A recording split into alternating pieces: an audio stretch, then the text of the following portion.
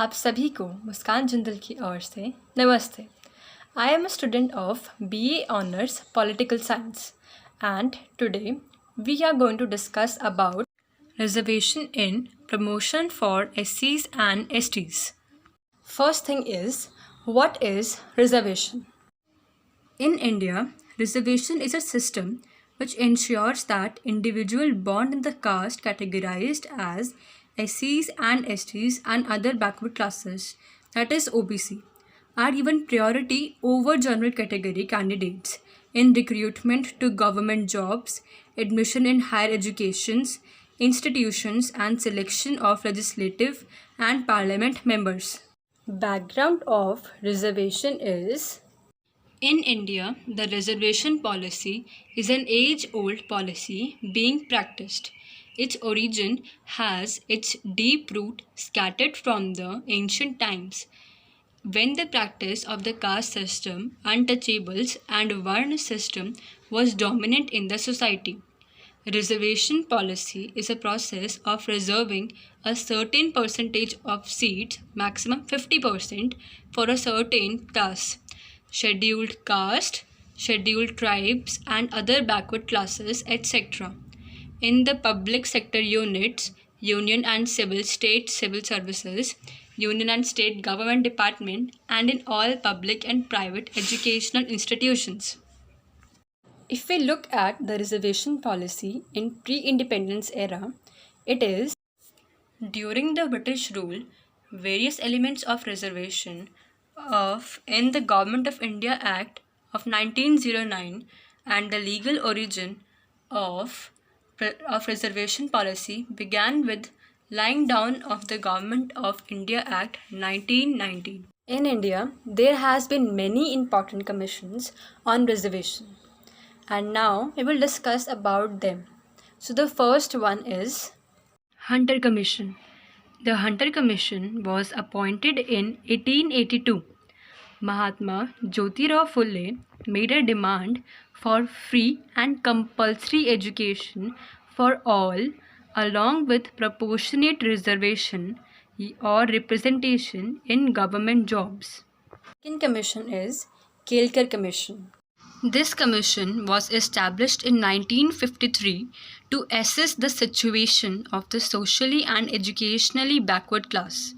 The report was accepted as far as SCs and STs were concerned. However, recommendations for OBCs were rejected. It means that the Kelkar Commission report was accepted for SCs and STs, but it was rejected for OBCs. The third important commission is Mandal Commission. Mandal Commission was established in 1979 to assess the situation of the socially and educationally backward. Fourth is Sachar Committee. The Sachar Committee was established in 2003. It was headed by Justice Rajendra Sachar and was appointed for preparation of a report on the social, economic and educational status of the Muslim community of India. The committee gave its report in 2006 and it clearly found that the Muslim community was really seriously lagging behind in the terms of most of the human development indicators. Now, if we look at the reservation policy in post-independence era, it is, the scenario changed even more in the post-independence era and the reservation policy gained even more momentum. The Constituent Assembly, chaired by Dr. B.R. Ambedkar, framed the reservation policy, and many articles, that is Article 15 and Article 16 in the Indian Constitution was dedicated for the same. If we look at the current scenario of reservation policy, then today 50% of the seats in government-aided educational institutions and public jobs are reserved for SCs, STs and OBCs. The central government of India reserved 27% of seats in higher education, and individual states may legislate further reservations. The current scenario of reservation in India are 15% seats are reserved for scheduled caste, that is SC. 7.5% of seats are reserved for scheduled tribes, that is ST, and 27% seats are reserved for other backward classes, that is OBC. The total constitutional reservation percentage is 49.5%, and the rest 50.5% seats are open to all, that is general category, SC, ST and OBC. However, there are state laws that exceed this 50% limit, and these are under litigation in the Supreme Court. The most recent development in the reservation system was seen in 2019 when the Union Cabinet has approved of 10% reservation in educational institutions and jobs for the economically weaker section, that is EWS, in the general category. This is the first time that reservations have been suggested for a section based only on economic criteria. The Constitution 124th Amendment Bill was passed by both the houses will be over and above the already existing 50% of reservation quota and will be given to those who do not fall on any of the reservations as of now. If we look at that, how does Indian Constitution deal with reservation? It is by first Article 15(4). Article 15(4). It was added by the Constitution First Amendment Act 1951. It provides for special provisions for the advancement of backward classes. Now the next is Article 16(3). Article 16(3) is an exemption to the Clause 2 of Article 16, which forbid discrimination on the ground of residence. It provides for reservation of post in public employment on the basis of residence. Next is Article 16(4). Article 16(4) is the second exemption to the general rule embodied in Article 16(1) and 2. It provides for reservation for backward classes in public employment. It empowers the state to make special provision for the reservation in appointment of post in favor of any backward class of citizens which in the opinion of the state are not adequately represented in the services under the state. Next is fundamental right. The Constitution of India provides us with the right to equality. Fundamental right, it provides for equality irrespective of race, caste, gender, or color or place of birth. It also provides us with the right of equal opportunity in employment, as well as the abolition of untouchability and titles. Next is preamble. The preamble states equality of status and of opportunity. Reservation hence seemed to be a justified recourse. It elevated those sections of society that had for generations been neglected. It provided a chance for equal opportunities or status in society and culture. It means that our preamble has provided us with the justice and with justice for all. The next we will talk about important case. The first is the Indra Swani versus Union of India, the Mandal case. The landmark Mandal case, Article 16(4)(a), through amendment and Article 16(4)(b) through 81st Amendment inside into the Constitution.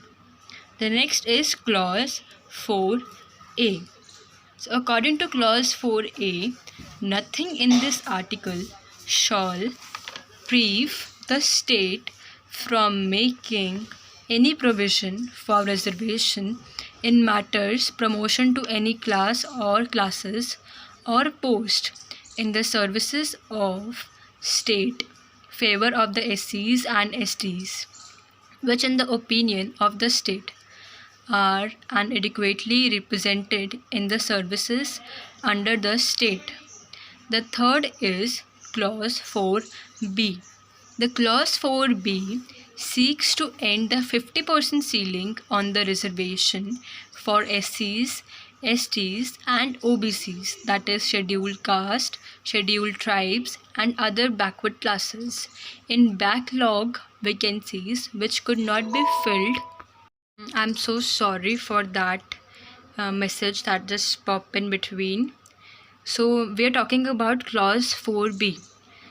Clause 4b seeks to end the 50% ceiling on the reservation for SCs, STs, and OBCs, that were scheduled castes, scheduled tribes, and other backward classes, in backlog vacancies which could not be filled in the previous years due to the non-availability of eligible candidates. In the judgment of that case was that the bench of Justice L. Nageshwara and Justice Hemant Gupta observed that the state government are not bound to make reservations.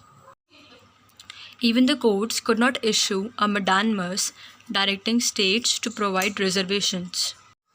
The bench also claimed that it is not a fundamental right, that there is no fundamental right which inheres in promotion of in jobs for SCs, STs, and OBCs. Article 16.4 and 16.4a 16 and 16.4a of the Constitution did not confer individuals with the fundamental right to claim reservations in promotion. The article empowered the state to make a reservation in matters of appointment and promotion in favor of the scheduled caste and scheduled tribes only if, in the opinion of the state, they are not adequately represented in the services of the state. Inadequacy of representation is a matter within the subjective satisfaction of the states. Thus, the state government has discretion to consider providing reservations if the circumstances are so warrant. It is settled that the state government cannot be directed to provide reservations for appointment in public post. Similarly, the state is not bound to make a reservation for scheduled caste, that is SC, and scheduled tribes, that is STs, in matter of promotion. However, if the state want to exercise its discretion and make reservation in promotion for SCs and ST, it has to first collect data, quantifiable data basically, to show the inadequacy of representation of a particular class or a community in public services. If the decision of the state government is to provide SC and ST reservation and promotion of their public jobs or services, it challenged, it would have to place the data and prove before the court that reservation was necessary and does not affect the efficiency of administration. The court gave the verdict during the case regarding the validity of a notification by the Uttarakhand government to fill up vacancies in government jobs without giving reservation to the SC/ST communities. The Uttarakhand High Court had struck down the notification and asked government to provide representation to the specified categories.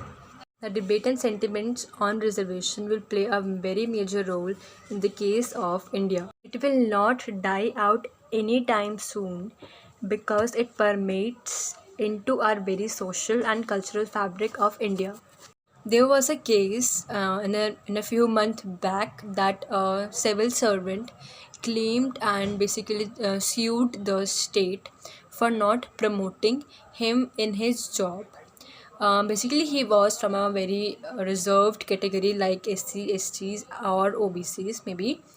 So then the matter went to the court, and then after that, the court claims that having promotion in SCs and STs is not a fundamental right.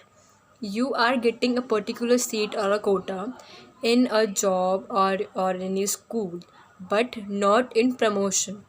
So yeah, I think you all might understand the point of my presentation is only that there is no such a fundamental right in our constitution that grant reservation in promotion for SCs and STs. So as we all know that there is a pandemic crisis right now going in this whole world, and yeah, just stay safe and stay home. Thank you.